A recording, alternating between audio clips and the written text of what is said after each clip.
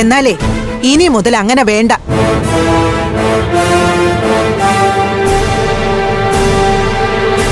നിങ്ങൾക്കാർക്കും വയ്യെങ്കിലേ school ഞാൻ ഏറ്റെടുത്ത് നടത്തിക്കോളാം.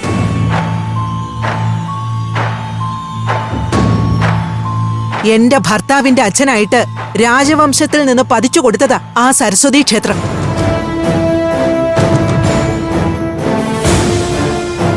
അതങ്ങനെ അന്യാധീനപ്പെട്ടു പോവാൻ ഞാൻ ജീവിച്ചിരിക്കുന്ന കാലത്തോളം സമ്മതിക്കില്ല.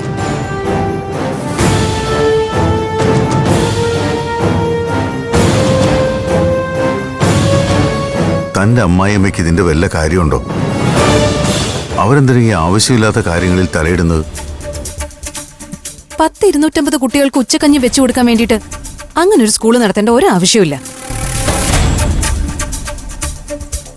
അതിടിച്ചു പൊളിച്ചു കളഞ്ഞിട്ട് വല്ല മാളോ തിയേറ്ററോ പണിയുന്നതിന് പകരം സ്കൂള് പുനരുദ്ധരിക്കാൻ പോവാത്രേ.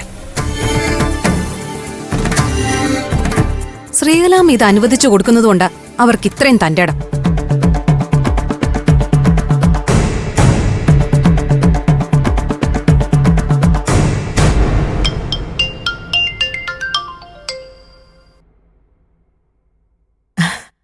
ഹലോ ഹലോ മുത്തശ്ശി, സുഖമല്ലേ?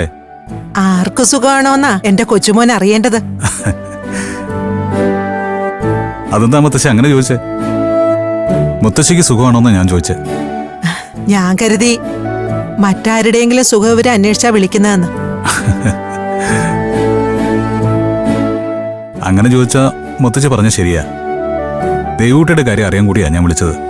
അതിപ്പോ നീ പറഞ്ഞിട്ട് വേണ്ടേ എനിക്ക് മനസ്സിലാക്കാൻ. എടാ നിന്റെ കള്ളത്തരമൊന്നും എനിക്ക് മനസ്സിലാവില്ലെന്നാണോ നീ കരുതിയേ?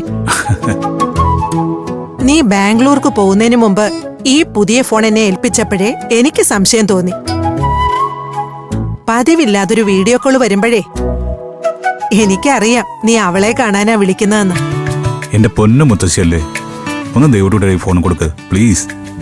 അതെ, തോന്നുമ്പോ അവളെ കാണണമെങ്കിലേ നീ നിന്റെ ഭാര്യയ്ക്ക് ഒരു ഫോൺ വാങ്ങിക്കൊടുക്ക്. അല്ലാതെ എന്റെ ഫോണിൽ വിളിച്ച് ശല്യപ്പെടുത്തരുത്. ഇതേ എനിക്കെന്റെ കൊച്ചുമോൻ വാങ്ങിത്തന്ന ഫോണാ. ആ കൊച്ചുമോൻ ഈ ഇരിക്കുന്ന സന്ദീപ് മാധവനാണല്ലോ. അപ്പൊ അയാൾക്ക് ഇടയ്ക്ക് അയാളുടെ ഭാര്യ ഒന്ന് കാണാൻ ഈ ഫോണിൽ വിളിക്കുന്നതുകൊണ്ട് ഒരു കുഴപ്പമില്ല. ചുമ്മാ ജാട ഇറക്കാതെ ഒന്ന് ദേവൂട്ടിയുടെ കയ്യിൽ കൊടുക്കും മുത്തശ്ശി. അവളില്ലേ അവിടെ?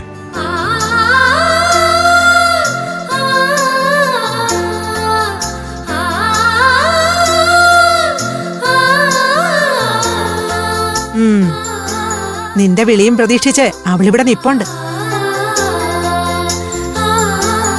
ഞാൻ കൊടുക്കാം.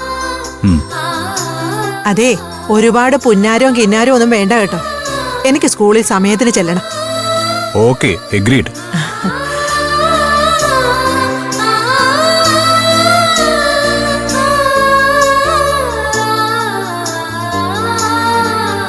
മോളെ, അവനാ സന്ദീപ്. നിന്നെ കാണാനാ അവനെ എന്നെ ഇങ്ങനെ സോപ്പിടുന്നത്.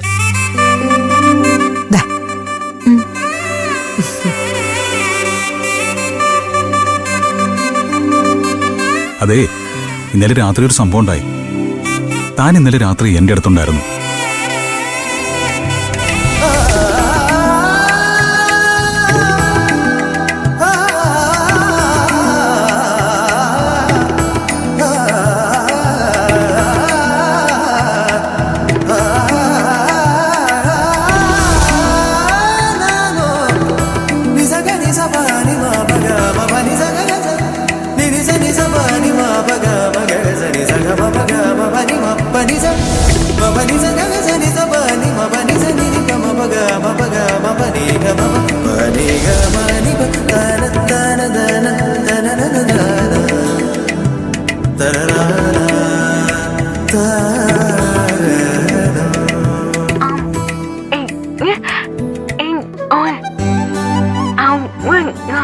നിനക്കും അങ്ങനെ തോന്നിയോ? സത്യം ദേവൂട്ടി, അത് വെറും തോന്നലായിരുന്നില്ല. ശരിക്കും നീ എന്റെ അടുത്ത് വന്നിരുന്നു. നമ്മൾ ഒരുമിച്ച് ഫുഡ് ഉണ്ടാക്കി കുറേ നേരം അടുത്തിരുന്ന് സംസാരിച്ചു. പിന്നെ ഞാൻ ആ മുടിയിൽ ഒരു മുല്ലപ്പൂവും ചൂടി തന്നു.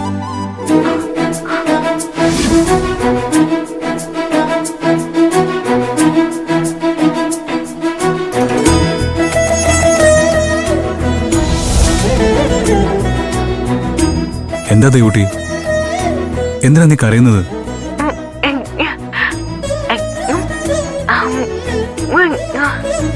ശരിയാ നീ പറഞ്ഞത്. മൂകാംബിക ദേവിക്ക് നമ്മൾ എത്രമാത്രം ഇഷ്ടപ്പെടുന്നുണ്ടെന്ന് അറിയാം. അതുകൊണ്ടാ ഇങ്ങനെയൊക്കെ സംഭവിച്ചേ. ഞാൻ എന്നാ വരുന്നെന്നോ ഒന്നും പറയാറായിട്ടില്ല. നമ്മുടെ പുതിയ ബിസിനസ് ഡീലില് കുറച്ച് കോംപ്ലിക്കേഷൻസ്. ക്ലയന്റിനെ കൺവിൻസ് ചെയ്യാനുള്ള ശ്രമത്തിലാണ് ഞാൻ. അതൊന്ന് ശരിയായാൽ മതിയായിരുന്നു.